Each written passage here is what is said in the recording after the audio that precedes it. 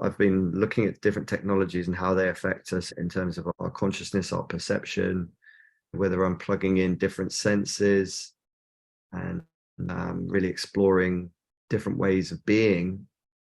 I think that there's going to be an explosion in possibility. People talk about the age of abundance, and you can really see it. Welcome to Mindful AI, the podcast that delves into the world of AI and its responsible use and development. I'm your host, Natasha Fong. I'm the founder of Zenta, a provider of mindfulness programs for workplaces. In this podcast, we'll hear from thought leaders in tech industry, academia, and mindfulness so that the layperson like myself can be smarter when thinking about the important topic of mindfulness in AI development and use. My guest today is Associate Professor in Media Carl Hayden Smith. Carl is the founder and director of the Museum of Consciousness at Oxford University and co-founder of the Cyberdelics Society. His work and research is primarily on the relationship between technology and the human condition. Carl is focused on how to counter the transhumanist agenda with hyperhumanism, which I'll ask him about during the conversation. Carl has spent 25 years conducting research into the development and application of hybrid and alternative forms of technology for perceptual, cognitive, and creative transformation. He's focused on using both the technological and biological means to alter, probe, and study the spectral nature of consciousness. His research focuses on generating new forms of media, including neuroadaptive mixed reality training, natural media, and wearable experience. He's raised over £10 million in research funding, and he's given over 300 invited public lectures, conference presentations, and keynotes in 40 countries, and published more than 50 academic papers. Carl is also a friend and collaborator in an artist collective that we were both part of during the pandemic, as well as a Burning Man project. So I'm super excited to speak with him. Welcome to the podcast, Carl. Thank you so much, Nat. Really excited to be here. Super excited. So Carl, would you be able to give us a brief background of your interest and experience with AI and machine learning? Absolutely. So my main interest is really the philosophy and the social impact of a lot of these technologies. And I'm really interested in how it seems to me that we're already being driven insane by the prospect of AI. But AI is not new. It's something that's been in the background of a lot of sci-fi and the sort of existential threat that it represents for a lot of people. I'm really interested in how we deal with it as a collective intelligence and to look at it from a more symbiotic and, collaborative extra pair of hands angle. I run a lot of different projects with different sort of modalities looking at consciousness and perception. One of them is the Museum of Consciousness at Oxford University. So what we're doing there is looking at how we can change consciousness just with sound. So the challenge to the artist is in 20 minutes, can you transform consciousness in a reliable and measurable way? I think the really fascinating thing about machine learning is that we have the potential to really ramp up the ability to go through all of those different typologies of just sound. And I think that it will certainly be an interesting artist, I suspect, in that space. And I think that we would be foolish not to utilize its ability to go through all of human knowledge, all of human experimentation. But obviously there's huge ethical concerns around that in terms of it's all built on the shoulders of humans. So that's an important thing to point out, that a lot of the artists out there are very concerned that their work is being taken wholesale and reused in these contexts. So I'm very much pro-human. I think that the hyperhumanism approach is making sure that we don't outsource everything to the machines. So I think that what we'll see is a real push to understand that what we have as the subjective experience is going to become more important, and making sure that these handmade experiences that we have at the Museum of Consciousness remain handmade. And if there is an influence of machine, then those things should be acknowledged as co-collaborators And I think it's also important to point out that AI has been around in music production for a very long time, and there's the difference between sort of that stuff that's built into software versus the generative stuff. So I'm very interested in how do we prototype and get more done in less time with these tools, but also let's make sure that we acknowledge where these inspirations come from. Absolutely. And a lot of the guests on this podcast have been promoting that. It's good to hear that that's the narrative. Carl, can you explain more about what hyperhumanism, transhumanism is? So transhumanism is what Elon Musk represents with his Neuralink. It's this combining even like brain computer interfacing with technology so that you become a cyborg. And of course, being a cyborg is not new. If you've got a hearing aid, you could argue that you have a permanent installation of technology, which is an aid to your ability to be in the world, to be human, to maintain your full range of senses. And hyperhumanism is very much around this question of how do we use our innate abilities, maybe use technology as a scaffold to give you a new sense or a new ability, but then you put the technology down and you continue to build on that ability with your own innate ability. I'll give you an example. So the North Sense is a chip. Again, the Cyborg Nest crew are more in the transhumanist camp, where we don't want to wear technology, we want to become technology. And that's a very much a transhumanist trope. And then there's other ways of getting the North Sense. So the North Sense, so this thing just vibrates every time you face north, and then it gives you that ability to have a sense of the north, which we know birds have. We may have had it as early humans, but then maybe lost it because of technology, ironically, or creating maps. You can see now that most of us are useless without our phones to navigate around the space. There's other forms of getting the North Sense. So you can wear a belt that's got vibration motors in there, which will tell you where north is. But the difference there is that you will remove the belt after 6 to 8 weeks, and then you still have the ability that you continue to build on that little bit of training. So a bit like when you had a bike and you would have stabilizers on your bike, but then you remove the stabilizers after you've had that little bit of scaffolding. So hyperhumanism is about the fact that we may not even be human yet. I think that we get ahead of ourselves in terms of thinking we've explored the human condition thoroughly. I think if we think about the fact that most of us think we've got 5 senses, but there's reports of 50 senses that we may have that we may not know about. And I think that the problem with digital technology and some of these technologies of outsourcing mean that we never really develop as humans. We just skip that stage and become cyborgs without realizing the beauty and the wonder of the human project. And I think that's one of the things that AI will push us to become more human, if anything, but more subjective, understanding that the uniqueness of the human experience is something the computer can't contain.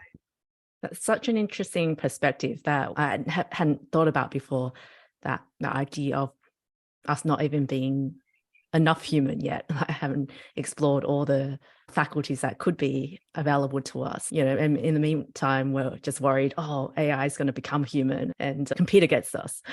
Isn't it ironic that we're making the machine more human whilst we become more robotic? And I think that's the critical thinking that we need to start to do as a race. It's funny that it's called the human race. And I think that we really need to take advantage of the machine learning in the sense that now we can actually be using machine learning to decode animal and other species languages. And then maybe we can open up real communication with those other species, those other kingdoms, like the mycelium kingdom, the plant kingdom, the animal. And we are animals, obviously, but then we can really ask them, what do you think of the humans? And then we may get a proper definition rather than having the humanist definition, which is like we're just top of the pyramid. We will get a more realistic understanding of where we're at and how well we're doing. And I don't think we're potentially like what we hear, but it's important to get multiple perspectives when you're trying to define anything. You really need to have a multiple perspective on it. So true. What do you think is the future of human AI mergers and cyborg technology versus I guess, what you're a proponent of. How can we develop all this consciously? I think we need to, like I said, go back to basics. And if we are trying to train the machines to be compassionate, and I work with people like David Hanson from Hanson Robotics, who is coming at it from pretty much a transhumanist perspective. He's trying to make the machines not just intelligent and compassionate, but he says you can only do that if they are embodied. So give them bodies so that they can go through a childhood, they can learn the difficulties of existence, and then they can actually be more compassionate. Because if we don't have compassion, I think empathy is not enough. I think empathy in some senses can be a good basis for compassion, but compassion is much more advanced as an emotional literacy. I think that we need to really be careful what we're feeding the machine. I think that there's a bias with whatever we're feeding, and we can see that there's a bias in the sense that most of the data is white. Not many cultures are being fed into the machine. It's a very biased data set. So in order to flourish and to have that kind of symbiosis with the machine learning, we need to be very careful what we tell the machine about the humans. Because I don't know if you remember Westworld. I was just going to say. The ironic thing about Westworld, where people that haven't seen it, you go into a park and it's like very hyper real, and it's all the humans want to do is shoot shit and fuck stuff. And it's like, that's the sort of the human algorithm, which is very basic, as opposed to the machine, which actually is more complex. And that's, they don't realize that the humans are actually being reverse engineered. And I think that this is something that we're seeing wholesale. All of human knowledge culture is being eaten by the machine. And then it's a question of, what are we doing this for? What's the benefit? It's a bit like the technocentric perspective, where we created technologies not thinking about what problems they really should be solving, but just creating technologies because we can, and then finding problems for them to solve. So how do we really understand what it is to be human? And then what do we give to the machines? Because what is it that we really need to enhance? And I think it's those human abilities that we should be enhancing. And for me, that's the soft skills. That's the kind of all the stuff that the machines are really not about. I think that if you go back to the transhumanist stuff, it's all around prosthetics that give us these exoskeletons, or we can see AI really helping with medical diagnosis, where we're getting better health outcomes because of the fact that the machines can go through thousands of different ways of seeing the future of our health. I've just had my whole genome mapped. And that was a very interesting process, because suddenly the genie's kind of out of the bottle once you realize that you've got choices about what you end up doing. And I think that the machine learning can really give us good alternatives to potentially quite dangerous lifestyles. But for me, it's very much about integration. Like, how do we facilitate these technologies to overcome some of our limitations? And I think that the imagination is the key. How do we make sure that we don't atrophy the imagination like we have been by outsourcing? How do we make sure that the imagination is fueled? And I think one of my big sort of taglines is that we're replacing imagination with computer animation. And I think that, go back to McLuhan, he talked about the hot and cold medias, and the radio and the book being these sort of types of media which left enough room for the imagination to fill in the gaps, as opposed to full integrated VR and CGIs where all of that's done for you. And therefore you're atrophying your own humanity by giving that all over to the machine. So for me, it's a case of like, how do we make sure that we remain channels, that we don't just get all of our ideation done by the machines? Really interesting to think about. What wisdom from your interdisciplinary work in creative technology and consciousness studies would you like to see integrated into the development of AI? In terms of my work, the main thing is that I'm really fascinated about, how do we stop going insane? How do we stop living in fear?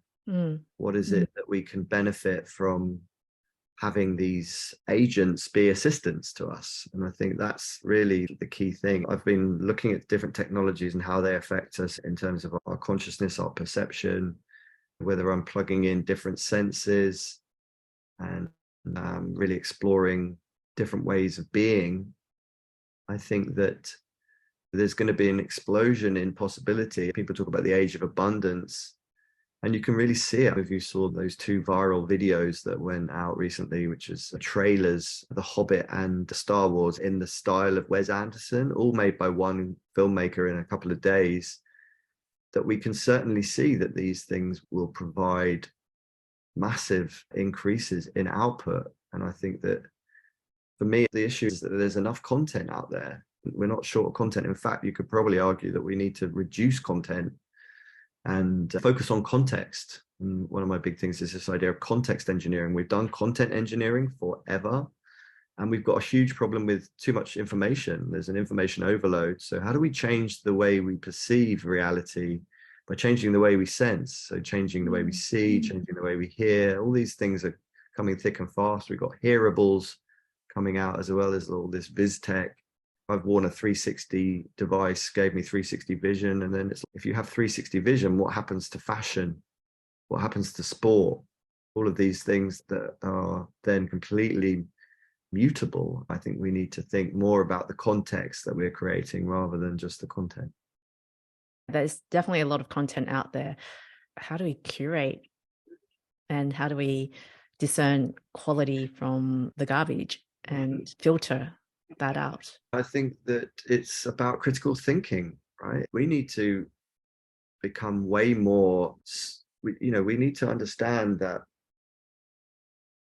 it's not about just getting all the answers given to us anymore. I think that how you filter out the garbage is by knowing and recognizing garbage. You're seeing all of these interviews being done. If you saw the Joe Rogan episode where he's interviewing the guy from OpenAI, if you can't recognize what's human and what's synthetic, then you really need to become better at detection. And I think we all need to become like Renaissance men again. It's not about being specialists anymore. I think that what's fascinating is that now we're seeing a freeze on coders, right? Google and Microsoft have frozen the recruitment of coders because suddenly what we thought was a safe career is now not so safe. And it's fascinating. It's fascinating to think that we need to maybe be good at many things. And as my friend Jack Aloka says, we need to become more awesome. It's about becoming more human. It's understanding context that aware. Yeah, more context aware, absolutely.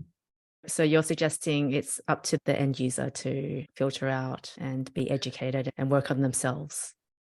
Understand your humanity, become more human, because that's going to give you the edge. More, you have to value your uniqueness, I would say, more. Definitely. I would agree with that. What are some of the potential challenges on the development side to develop AI mindfully, both for businesses and society as a whole?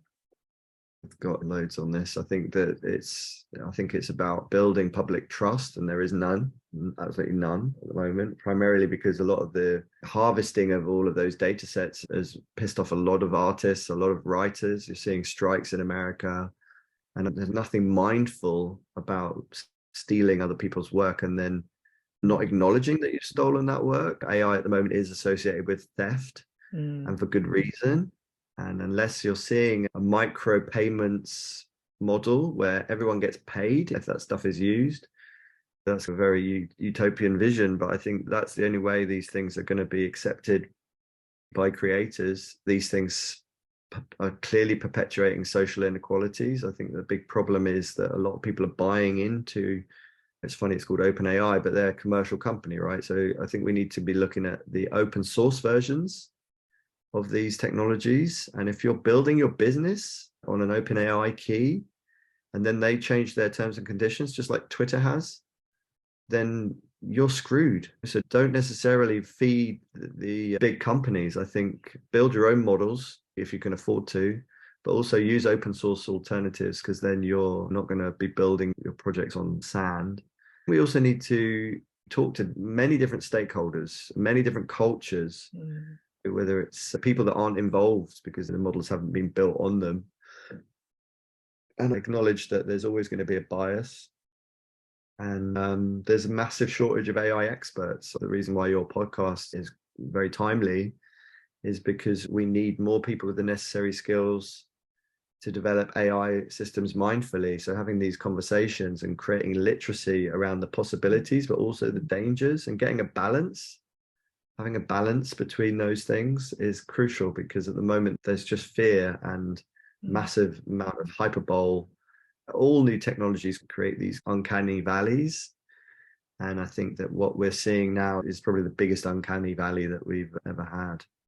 Upskilling, creating boot camps to get this information across, reskilling, understanding where you are on the chart. There's a brilliant chart that actually shows you what are the safe jobs, what are the jobs that are going to have slow encroachment of automation.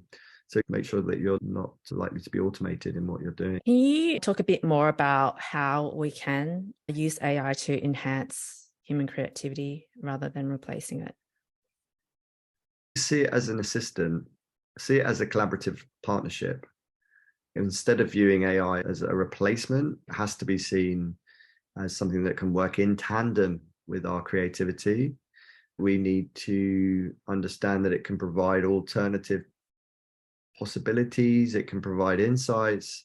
It's the ability to create this feedback loop where we are potentially using tools that will give us feedback on, maybe we're an architect and we're trying to build a house, and this is already baked into a lot of design tools. But I think that ability to get real-time feedback and improve your designs is huge.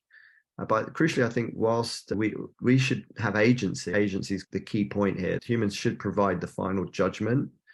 We need to understand that we're the channel, we're the ones with the intuition and the artistic vision. We need to emphasize this partnership to a synergistic approach. And therefore, we harness the strengths of both, but we mustn't atrophy the imagination. If you've got writer's block, and I know a lot of people at Oxford and Cambridge who are doing these very short terms, and they're all on Adderall or Ritalin to get through the workload. But my worry is that may clear the writer's block, but it may ruin the quality of your work. Just because you're having a writer's block doesn't necessarily mean you're not working subconsciously. You don't have access to that consciously. And I think that is a shame, because creativity can be slow. So if we extend that to machine learning, and machine learning suddenly allows us to clear our writer's block, we need to make sure that we're not losing our daydreaming time. We're not losing the slow movement. Like we need to go more slowly. We need to rest. And the danger is that this machine learning stuff just massively ramps up the cult of productivity. So touching on the context awareness and your views around extended consciousness or altered states of consciousness, what role do you think that plays? The altered states of consciousness and sensory augmentation, what role does that play in developing a mindful relationship? That's a great question. That's exactly what I'm talking about when it comes to the subjective, and that's what we maintain. We maintain our subjective state.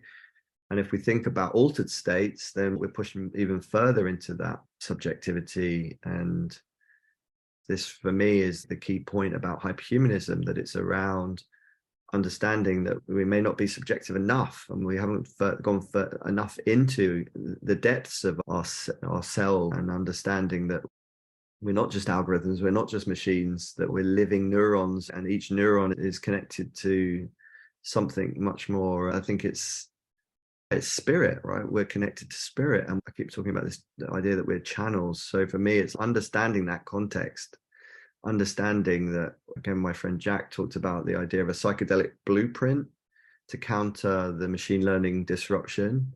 If we think about all the sorts of abilities, and I've just done DMT extended at Imperial College as a participant, and having that experience of being kept inside one of the most powerful psychedelics, and realizing that I'm creating literacies and abilities that I wouldn't have access to without diving into that state, and I'm being pushed further into my zone of proximal development, as Vygotsky says, and I'm being pushed further into my complexity as a living being. That's stuff that the machines are never going to do, I don't believe. The sentience is what I'm really keen on exploring, and that's, again, the context. So how do we use this ability to have these different ways of being, different ontologies? So thinking, feeling, being. When you're in a DMT realm, there's entirely novel ontologies that may not be accessible to your normal state. So how do we use the literacies that we develop in psychedelic spaces to understand much more about what we're capable of, and therefore reduce the fear that we can be replicated, counter this techno dependency with the idea that we should be in nature and really in symbiosis with nature as much as any symbiosis with the machine. So I think that we need to understand these landscapes much more experientially. This is not so much about cognition, this is about being. If we can be more rather than just constantly produce and constantly think, I only exist if I produce, this is a cult.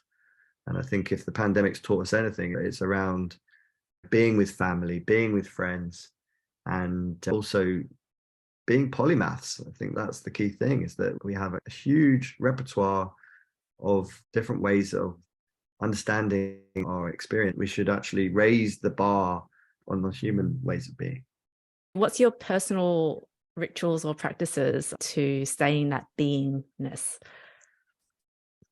The usual, the basics: breath work, meditation, and dreaming, lucid dreaming, having these transformative experiences. Well, the most transformative experiences I've had have been non-drug, unexplained, mysterious. And I think keeping the mystery alive. I think the mystery schools of ancient Greece, where you went through a death ritual and you were shown that you're here to have a very special jackpot experience, which is the human experience. And I think that a lot of people think they're just stuck in meat space and that it's just about getting through it. And actually they spend a lot of time hijacking the human experience, wanting to live inside a drug experience. Just tons of people I know are like massively into certain drugs that then they're not having their experience, they're having that drug experience or themselves on drugs. And I think that's hugely unfortunate, because we taught through media and taught through all sorts of ways that the human experience is a lowly thing, and there's all these other things post-death. I've just done a piece on Nietzsche and Zarathustra and the afterworlds, man. It's don't live for this reality, be good so that you can live in heaven. And I think that's missing the point. And even like DMT extended, where they're now potentially able to keep us inside the peak of the DMT experience permanently in some sort of suspended animation, that's also missing the point that we are here to have this very short 1,000 month, which is 83 years, 1,000 month human experience. And it's probably the envy of the cosmos. I think we can talk a lot about the human experience and philosophy of life. Bringing it back to mindful use of AI, I'm curious how you're utilizing AI yourself in your research or personal use, if you're able to share. Like I mentioned, I'm really interested in the open source alternatives like AutoGPT, which is an alternative to ChatGPT-4, and then you've got GPT-4All, which is another open source alternative. And I think one of my main interests is stacking, like the AI stacks, when you start to combine ChatGPT with Midjourney, the ability to prototype images, but really using ChatGPT to generate those images, I think has massively ramped up the quality. I'm really interested in the innovations, and there's so many that they're coming out thick and fast. I think another good sources would be Reddit. Look at Reddit and the groups on there to get inspiration. If we think about different careers like prompt engineering, whether that will be an actual career that will last long, because we're already seeing the ability for the machine to take over and do its own thing. In terms of my go-to sources, I think look at YouTube 2-minute papers. Maybe you've seen that. No. Really good little YouTube tutorials. And Jaron Lanier is really interesting in terms of his, I'm very, very cautious. He's even more cautious and very to the point. And I think the Lex Friedman podcast is really useful. And also just talk to people that are working in the space that have done machine learning for years to keep your perspective, because a lot of these people have real insight into what the algorithms are based around and where these things are likely to head. I've got a friend who's an artist, AI machine learning artist, Steve DePola, and he keeps me grounded. I think that it's important to keep yourself grounded and also don't get overwhelmed. I think maybe give yourself If you're going to do research in this area, maybe just limit the amount of input that you're going to take and then apply that stuff. Don't just constantly fill your brain with all sorts of the possibilities. Apply it to your own work. Think about how it can be a symbiosis that you're generating, so that you're not just helping the machine and not helping yourself. That's a great final thought, and you answered my last question. Or any other thoughts, any other final thoughts that you'd like to share on this podcast? I think that we need to emotionally regulate and understand that the genie's out of the bottle. I think that a lot of people are shocked at how quickly this stuff has taken off. And I think there really are major dangers. It's not like we can deny that. With all technologies, I think there's a period of adjustment. And I think we need to understand that it's all about the dialogos. It's all around this conversation. We absolutely need to embrace our human subjectivity. I think we are only talking to humans. There is no sentience. No matter what people are telling you, all of this stuff is built on human creativity. It's all around language as a human construct. So I think AI is very good at objective tasks, but it's very poor at subjective feeling. And so we should encourage and value the unique perspectives, emotions, personal experiences that we have as humans. So I think most of us are feeling the meaning crisis, and that we're questioning, what are we here for? And for me, it's a question of, we're here to have a human experience. And this is even putting it in your face even more. Have that human experience, because the machine is not human, even though it can mimic what we're doing as humans. So we need to understand that we're above the machines. Even though we may be outsmarted, we're going to be outsmarted in very specific ways. So the other things that I've spoken about are safe areas and will remain safe. So let's explore those. Well, I love that as a final takeaway: emotional regulation, embracing the human experience. Carl, thank you so much for coming on this podcast. I really loved all the perspectives you shared, and it's just really interesting to think about in all these different ways that you're thinking about it. So thanks again. Thanks, Nat. It was fantastic as always. It's awesome. Thank you for tuning into Mindful AI. I hope that our conversation has provided you with valuable insights and perspectives on the fascinating developments in AI.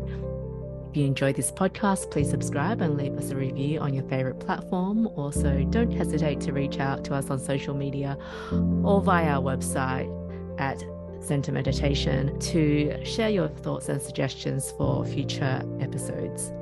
Thanks again for listening to Mindful AI, and we look forward to bringing you more insightful conversations in the future.